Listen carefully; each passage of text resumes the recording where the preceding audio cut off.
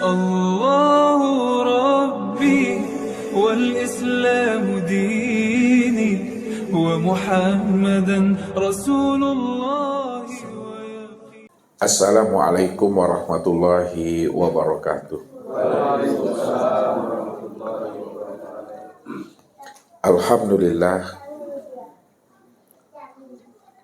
Alhamdulillahilladzi nawwir qulubana binuri ma'rifati wal yakin wa adkhilna ma'al awliya'i wassolihin. Wassalatu wassalamu ala sayyidina Muhammadin nabi sayyidil mursalin wa ala alihi wa sahbihi rasulillahi ajma'in. Faqalallahu ta'ala fil Qur'anil Karim, a'udzubillahi minasyaitonir rajim, bismillahirrahmanirrahim. La in asyrakta la yakhbatanna amaluka wa la takunanna minal khasirin. May yusyrik billahi faqad haramallahu alaihil jannah wa ma'wahun nar. Sadaqallahul azim. Bapak Ibu, saudara-saudaraku dan anak-anak kami, jamaah tauhid yang dirahmati Allah. Setiap ibadah dan ketaatan amaliyah yang kita kerjakan, seperti ibadah sholat, ibadah puasa, serta ibadah-ibadah yang lainnya, seringkali kita selalu mendengar setiap ibadah yang dikerjakannya, dia selalu bertanya ke dalam dirinya, apa pahala yang dia dapatkan kalau dia melakukan ibadah itu? Apa hikmah dan faedahnya kalau dia melakukan wiridan itu? Itu yang selalu yang menjadi buah pikirannya untuk melakukan suatu amal ibadah dan ketaatan yang dia kerjakan. Jarang sekali dia bertanya ke dalam dirinya, apakah amal yang dikerjakan itu sudah diterima Allah atau ditolak oleh Allah. Bahkan tidak ada pertanyaan itu di dalam dirinya. Yang selalu ditanyakan ke dalam dirinya itu, kalau dia melakukan salat subuh berjamaah, pahalanya yang seperti ini. Kalau dia melakukan salat asar, pahalanya seperti ini. Kalau dia melakukan salat duha, salat tahajud, ya, puasa Senin Kamis, pahalanya seperti ini. Jadi selalu mindsetnya, pikirannya itu diisi ya dengan pahala-pahala. Jadi tidak pernah dia itu bertanya apakah amalnya itu diterima Tuhan atau tidak. Padahal apapun macam dan bentuk amalnya ibadah dan ketaatan yang dikerjakannya sampai habisnya usia umurnya, apabila amal itu tercampur namanya dengan kesyirikan, maka amal itu akan menjadi amal ibadah yang hampa. Amal ibadah yang sia-sia, yang bernilaikan kosong. Bahkan kosong itu tak ada nilainya. Inilah yang Allah utarakan sebenarnya. Wa hum yahsabuna annahum yuhsinuna sun'a. Mereka mengira dan menyangka bahwa seluruh amal ibadah dan ketaatan yang dia kerjakan itu, ya, dia menyangka dia telah melakukan amal yang terbaik di hadapan Allah. Padahal dia tidak sadar bahwa dia sudah tertipu dengan diri dan amalnya sendiri. Itu disebabkan amalnya itu sudah tercampur namanya dengan kesyirikan. Jadi amal yang sudah tercampur dengan kesyirikan itu tidak bernilai Bapak Ibu. Makanya Allah jelaskan, la in asyrakta la yakhbatan amaluka wala takunanna minal khasirin. Jika kamu beribadah, melakukan suatu ketaatan, apapunlah macam dan bentuk ibadah dan ketaatan yang kamu kerjakan itu, apabila amal itu tercampur namanya dengan kesyirikan, maka amalmu akan menjadi batal. Amalmu menjadi sia-sia. Kalau Allah sudah mengatakan amal kita dibatal, hampa dan sia-sia, tentu tidak akan bernilai Bapak Ibu. Bahkan apa kata Allah? Di ujung ayat itu, wala takunanna minal khosirin. Dan sungguh kamu termasuk orang yang rugi, rugi di dunianya dan rugi di akhiratnya. Dan Allah pertegas kembali bagaimana kerugian yang mereka dapatkan nanti di akhirat, kata Allah. May yusyrik billahi faqad harramallahu alaihil jannah wa ma'wahun nar. Siapa yang terang-terangan, nyata-nyata dia menyandingkan dirinya dengan aku haramkan bagi dirinya itu surga. Kalau Allah haramkan bagi dirinya surga, itu maknanya, kalau bahasa ustadznya Bapak Ibu, haram noji bisa masuk surga. Jangan kamu mimpi masuk surga. Jangan kamu berhalu akan masuk surga. Ya. Tidak ada kemungkinan bagi dirimu itu bisa masuk surga hatta yalijal jamal fisamil khiyat. Sehingga onta bisa masuk ke lubang jarum. Nah, kira-kira Bapak Ibu, kok kira-kira saya mah? Leka mungkin rasanya untuk bisa masuk ke lubang jarum Bapak Ibu. Ya. Lubang jarum tahu lubang penjahit? Bisa enggak onta Arab Saudi itu bisa masuk ke lubang penjahit itu? Nah, kalau enggak bisa untuk masuk ke lubang jarum, haram noji ke bisa masuk surga itu. Ya. Tidak ada harapannya untuk bisa masuk surga. Kalau Allah sudah hijab dirinya, kalau Allah sudah haramkan dirinya untuk bisa masuk surga, maka apa yang mesti diberikan Allah kepada dirinya? Maka Allah lemparkanlah dia itu ke dalam neraka. Wa ma'wahun nar, kata Allah. Kalau dia tidak layak untuk masuk surga aku, kata Allah, maka yang lebih pantas bagi dirinya itu adalah neraka. Maka aku lemparkan dirinya ke neraka itu. Nah, kalau mereka sudah berada dalam neraka jahanam itu, apa kata Allah? La yamutu fiha wa la yahya. Mereka di dalam neraka itu tidak mati dan tidak pula hidup di dalamnya. Bahasanya hidup isakan mati pun tak namu. Ya. Dibilang mati dia hidup, dibilang hidup dia mati. Begitulah Allah memberikan hukuman bagi mereka itu di akhirat nanti. Itu disebabkan karena mereka senantiasa menyandingkan dirinya dengan Tuhannya.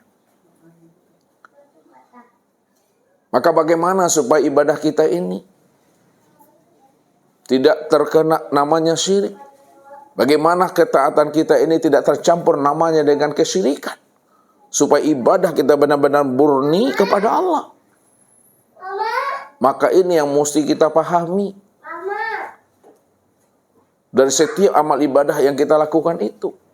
Apakah ibadah kita itu kena syirik atau tidak? Apakah ibadah kita itu sudah bermakrifat atau belum? Sebab kalau masih terpandang akan diri kita ini, yang merasa diri kita ini yang beramal, merasa diri kita yang beribadah, maka itulah sebenarnya yang dikatakan syirik itu, Bapak Ibu, wujudu kadzan pun adanya rasa pengakuan dirimu yang merasa diri yang beramal dan beribadah, itulah syirik itu. Makanya yang dikatakan syirik itu, Bapak Ibu, secara makna hakikinya, apabila masih ada diri yang lain selain Allah, itulah yang dikatakan syirik itu. Maka untuk lebih memahami kita dari setiap ibadah dan ketaatan yang kita kerjakan itu, maka ini yang akan kita terangkan Bapak Ibu. Ini yang kita akan jelaskan malam ini. Supaya kita betul-betul ibadah kita itu adalah murni, lepas daripada kesyirikan itu. Untuk lebih pahamnya, tunggulah pesan-pesan berikut ini. Jadi baik Bapak Ibu ya. Jadi Allah katakan, ya, may yusyrik billahi faqad haramallahu alaihil jannah wa ma'wahun nar. La in asrakta la yakhbatanna amaluka wa la takunanna minal khasirin. Siapa yang berbuat syirik kepada Allah dari setiap ibadah yang dia kerjakan, Allah haramkan bagi dirinya sorga dan Allah lemparkan dia ke dalam neraka. Ya. Dan amal yang dia kerjakan selama ini menjadi amal yang hampa dan sia-sia. Itu namanya takicu di nantarang namanya. Ya, kalau takicu di nanggalo biasanya itu ya Pak. Tapi takicu di nantarang sakit bananya hati. Karam di tengah lautan biasa tuh Bu. Tapi kalau karam di tepi lautan, bedo bananya awak. Bedo le tahu Bu. Le enggak tahu dah. Le tahu. Seketik. Seketik sange namanya. Jadi supaya tidak tertipu kita dalam beribadah, Bapak Ibu mesti memahami makna ya syirik yang sebenarnya itu. Sehingga ibadah kita itu betul-betul murni Allah saja. Jangan sampai nampak keakuan diri kita di hadapan Allah.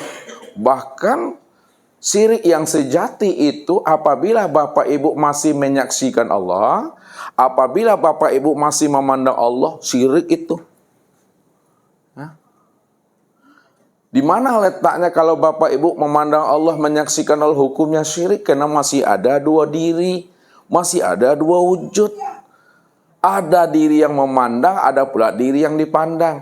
Ada diri yang menyaksikan, ada pula diri yang disaksikan. Padahal sebenarnya diri yang memandang dengan diri yang dipandang adalah satu. Diri yang disaksikan dengan diri yang menyaksikan juga satu. Disitulah rahasianya. Kalau Bapak Ibu beribadah masih memandang Allah, Bapak Ibu beribadah masih melihat Allah, di situ letak syirik itu. Jadi jangan lagi Bapak Ibu menyentar-nyentar dan menilik-nilik Tuhan. Ya. Nah, kalau Bapak Ibu masih menyentar dan menilik Tuhan ke dalam diri, pada saat menenter, pada saat menilik, pada saat menyilau-nyilau Tuhan ke dalam diri, di situ jatuhnya syirik itu. Makanya apa?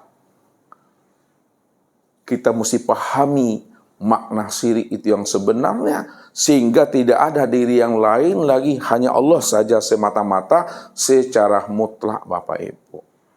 Jadi syirik itu kita pahami makna hakikatnya Bapak Ibu. Jadi ada syirik itu secara ilmunya. Nah, lihat.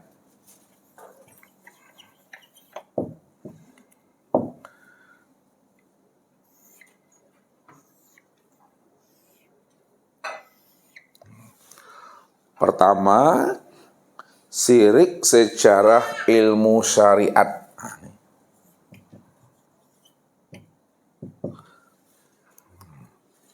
Ilmu syariat itu namanya ilmu fikih.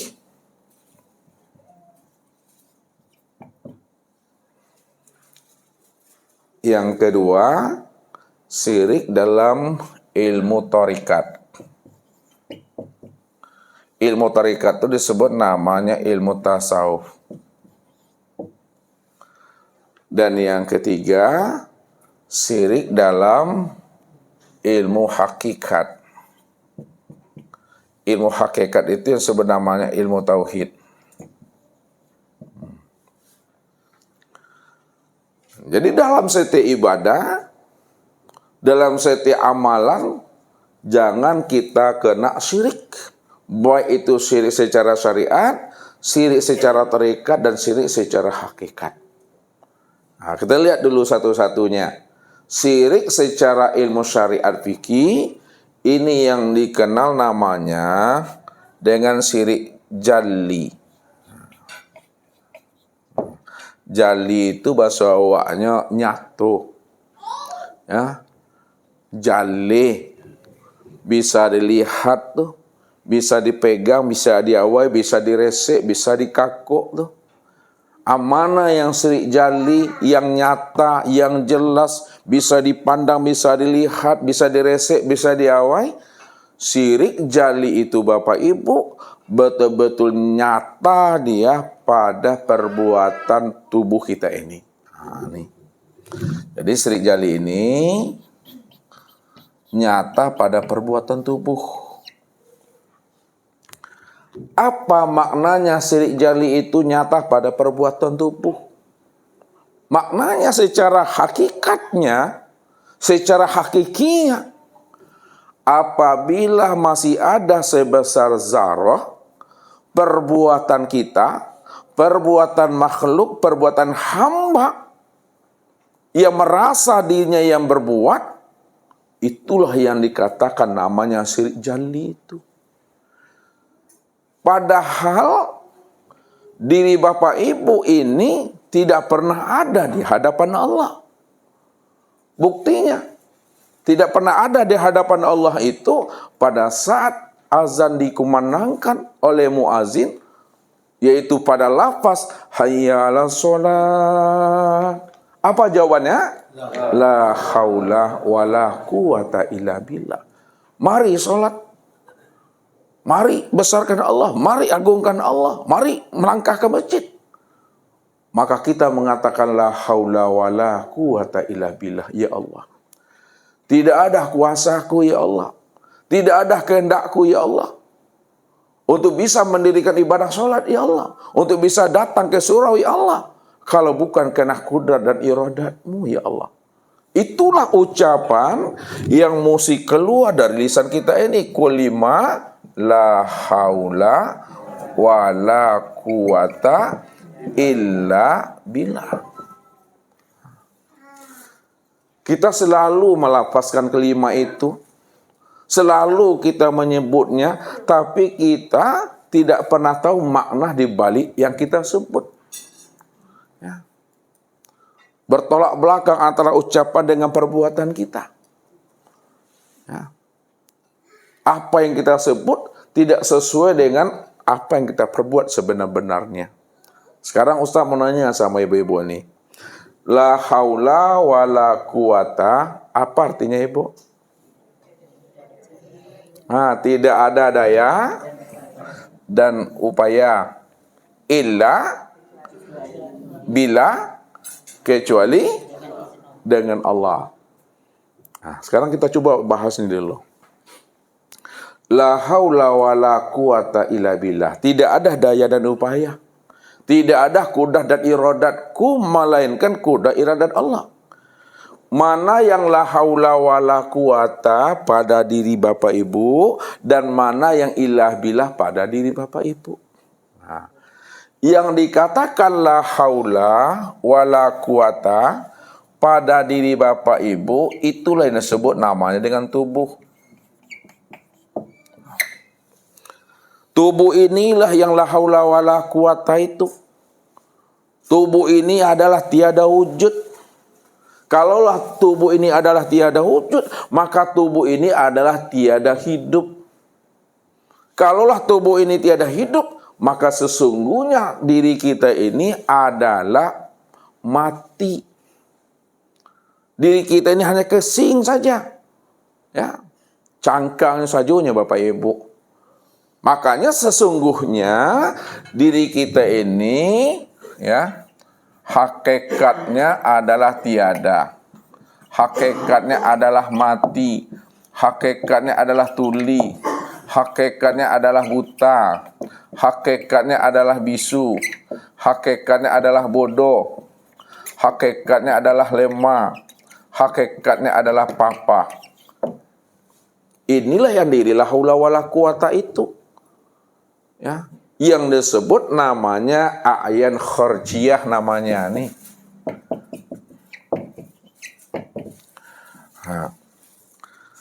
Jadi a'yan kharjiyah tubuh jasmani ini. Ini cangkangnya saja Bapak Ibu. Casingnya aja nih, bangkai ini. Ya. Yang berkepala, bermata, berhidung, bermulut, bertelinga, bertangan, berkaki, dan berperut. Inilah haula wala quwata. Bangkai kesing. Ya.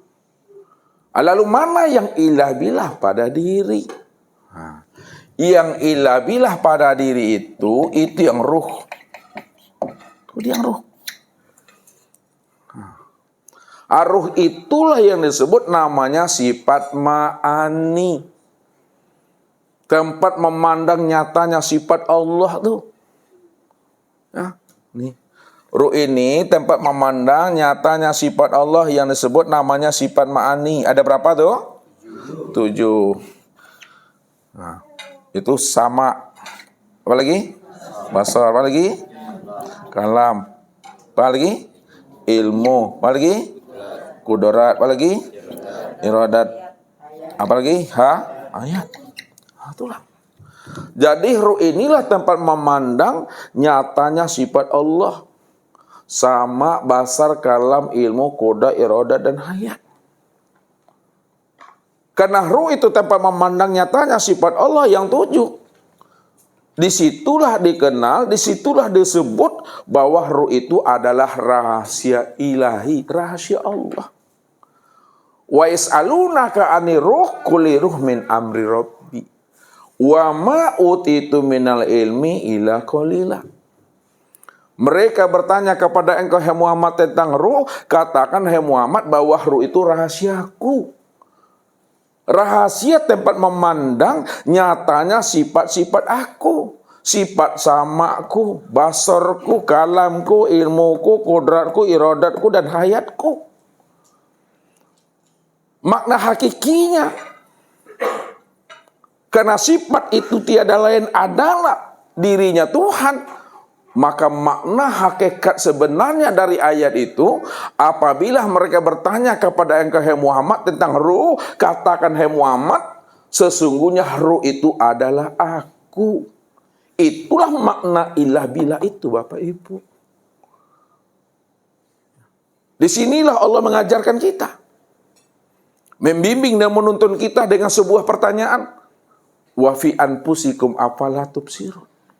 Pada dirimu aku ini telah nyata. Pada dirimu aku ini telah wujud. Pada dirimu aku yang menjadi rahasia dirimu. Kenapa tidak kamu pikirkan, kata Allah? Kenapa tidak kamu pahami bahwa aku inilah yang wujud dan nyata menjadi rahasia dirimu, kata Allah? Kenapa tidak kamu pahami, kata Allah? Makanya orang yang masih ada sebesar zarah perbuatan dia yang merasa dirinya berbuat. Ada sebesar zarah dia yang punya usaha. Ada sebesar zarah dia yang punya ikhtiar. Ada sebesar zarah dia yang berbuat. Sebesar zarah dia berbuat, berikhtiar itu adalah syirik itu. Syirik itu. Setelah kita memahami bahwa hakikat diri Bapak Ibu, hakikat diri Ustadz, la haula wala quwata. Yang ilah bila itu hanyalah diri Allah. Ini yang selalu kita jazamkan. Ini yang selalu kita i'tiqadkan. Ini yang selalu kita patrikan ke dalam diri kita dengan membaca kalimat tauhid. Kalimat tauhid itu kalimat apa tuh Pak Ben? Itu dia. Batu asketek dulu baru sedap aja. Kalimat tauhid itu tuh la ilaha illallah. Apa artinya tuh Pak Andre? La ilaha illallah. Tiada Tuhan selain Allah. Itu terjemah. Apa maknanya tuh, Bu? Pasti lupa tuh. Apa maknanya tuh sebelah Pak Ben, Ustaz nih? Maknanya dari tiada Tuhan selain Allah tuh. Makna dengan terjemah beda ya. Kalau terjemah tuh dia secara harfiah aja. Kalau makna tuh isinya. Maknanya yang dimaksud itu. Apa maknanya kelipa? Tiada yang wujud, tiada nyata, tiada yang melihat, mendengar, berkata, kuasa dan kudrat dan hayat, melainkan Allah. Itu sahih banget namanya. Itu sahih banget. Tidak ada yang nyata. Tidak ada yang wujud pada tubuhku, pada kulitku, dagingku, uratku, tulangku, limpa, hati, jantung, rabu, empedu, buah punggung, ruh dan sirku. Illallah. Hanya Allah sajalah yang nyata. Allah yang nyata pada tubuh ini. Yang nyata pada kulit, daging, urat, tulang, limpa, hati, jantung, rabu, empedu, buah punggung, ruh dan sir. Hanya Allah semata-mata. Makanya kalimat la ilaha illallah ini ada nafinya dan ada isbatnya. Nah, ini la ilaha ini nafi namanya Bapak Ibu, nafi. Nafi itu mentiadakan. Illallah itu yang isbat. Isbat itu sudah menetapkan dia. Nah, yang kita nafikan itu tidak ada yang nyata pada tubuh, pada kulit, pada daging, urat dan tulang, hati, jantung, rabu, empedu, buah penguru dan sir, itu dinafikan, tiadakan tuh. Baru illallah, isbatkan kembali. Hanya Allah lah yang nyata, Allah lah yang wujud secara mutlak, zahir dan batin pada tubuhku, kulit, daging, urat, tulang, hati, jantung, rabu, empedu, buah penguru dan sirku, hanya Allah. Nah, ini Bapak Ibu. Jadi jangan lagi merasa Bapak Ibu punya usaha. Jangan lagi Bapak Ibu merasa Bapak Ibu punya ikhtiar. Jangan lagi Bapak Ibu merasa Bapak diri Ibu itu yang beramal dan beribadah. Ya. Kalau dikatakan Bapak Ibu berusaha, kalaulah Bapak Ibu dikatakan punya ikhtiar, mana yang sebenar-benar usaha dan ikhtiar yang nyata pada diri Bapak Ibu itu? Coba jawab Ibu. Kalau Bapak Ibu merasa punya ikhtiar, punya usaha, mana yang dikatakan sebenar-benar usaha dan ikhtiar pada diri Bapak Ibu? Hah? Ikhtiarnya nggak ada. Kalau tidak ada, ikhtiar siapa yang ada? Kalau ikhtiar Allah cuma yang wujud, ikhtiar Allah cuma yang nyata, mana yang dikatakan ikhtiar Allah yang wujud dan yang nyata pada diri Bapak Ibu? Kalipa. Tadi sudah disebut tadi. Yang dikatakan sebenar-benar ikhtiar dan usaha itu yang mana dalam pandang Tuhan? Dalam ilmu hakikat.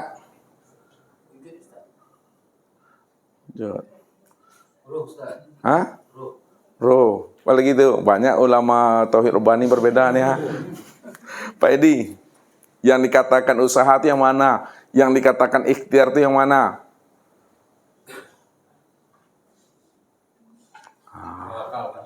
Tawakal.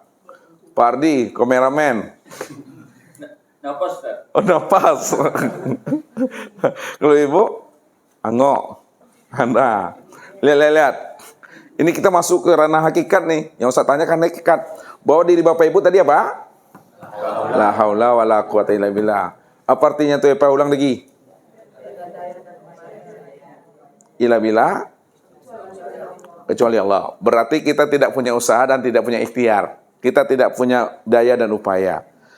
Lalu mana yang dikatakan sebenarnya usaha? Mana yang disebut sebenarnya usaha? Yang dikatakan sebenarnya usaha dan ikhtiar itu nyatanya sifat Allah yang tuju pada diri Bapak Ibu. Mana nyatanya sifat Allah yang tuju pada diri Bapak Ibu? Itunya sama, basar, kalam, ilmu, qudrat, iradat dan hayat. Itulah yang dikatakan usaha itu. Itu yang dikatakan ikhtiar. Nyatanya sifat Allah pada diri. Kita kan dah nyebut tadi itu, la haula wala quwata illa billah. Ya Allah, tidak ada kudratku ya Allah, tidak ada iradatku ya Allah. Engkau ya Allah yang semata-mata yang punya kudrat ya Allah. Engkau semata-mata yang punya iradat ya Allah. Makanya kalau dikatakan usaha dan ikhtiar, yang sebenarnya usaha dan ikhtiar itu nyatanya sifat Allah yang tuju, sifat ma'ani ini. Sama, basar, kalam, ilmu, qudrat, iradat dan hayat. Sedangkan sifat itu wasifati la ghairi. Wasifati la ghairi. Nah. Sifatku itu tiada lain adalah aku itu. Sifat itu tiada lain adalah aku, kata Allah. Kalaulah sifat itu tiada lain adalah dirinya Allah, lalu mana yang dikatakan sifat?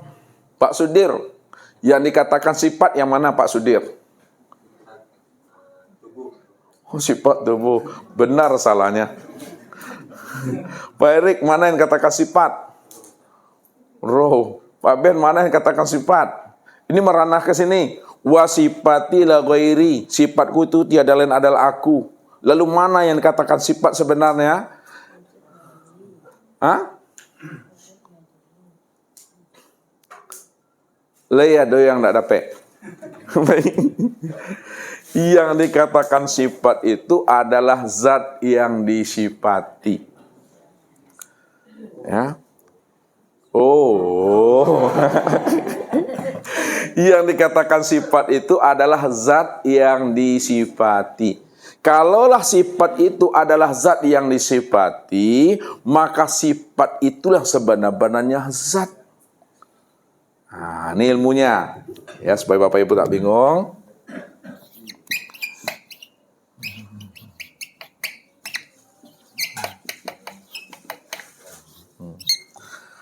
Ya, saya ulang dari awal ya. Yang dikatakan sifat adalah zat yang disifati. Kalaulah yang dikatakan sifat itu adalah zat yang disifati, maka sebenar-benarnya sifat itu adalah zat yang sesungguhnya. Disitulah dalam penyampaian kaji selalu diucapkan dengan bahasa kiasnya. Untuk melihat zat, lihatnya kepada sifat. Kenapa melihat zat, lihatnya kepada sifat? Karena sifat inilah kenyataan zat. Kalaulah sifat ini kenyataan zat, patrikan ke dalam hati, sifat itulah sebenar-benarnya zat. Itu makna secara hakikat namanya. Ya. Sekarang Ustaz mau masuk lagi lebih dalam lagi. Ya. Antara zat dengan sifat yang sebenar wujud yang mana, Pak Ben? Yang sebenar wujud. Antara zat dengan sifat yang sebenar wujud yang mana? Jangan kata sifat tuh. Nak sama-sama karam kau tuh mah. Yang sebenar-benar wujud. Wujud apa artinya? Nah, antara zat dengan sifat yang sebenar wujud yang mana? Pak Ben. Wah, benar salahnya. Karena gertak itu. Balik kelipah balik. Nyandu sih itu mah kalau nak sifat nak zat tuh kelipah. Mana yang sebenar-benar wujud menurut Irfan? Jangan mendengarkan kata orang. Kita menjawabnya berdasarkan ilmu kita. Biarlah salah asal kita memahami itu yang benar menurut kita. Walaupun salah tadi itu. Antara sifat dengan zat dengan sifat yang sebenar wujud yang mana kelipah? Zat kan? Bagi dua silah. Yang sebenar wujud itu zat. Kalaulah yang sebenar wujud itu zat. Ini secara makrifat mahaminya. Mana yang dikatakan sifat, sebenarnya yang dikatakan sifat itu adalah zat. Zat itulah yang sifat itu. Allahu Rabbi wal Islamu dini wa Muhammadan Rasulullah.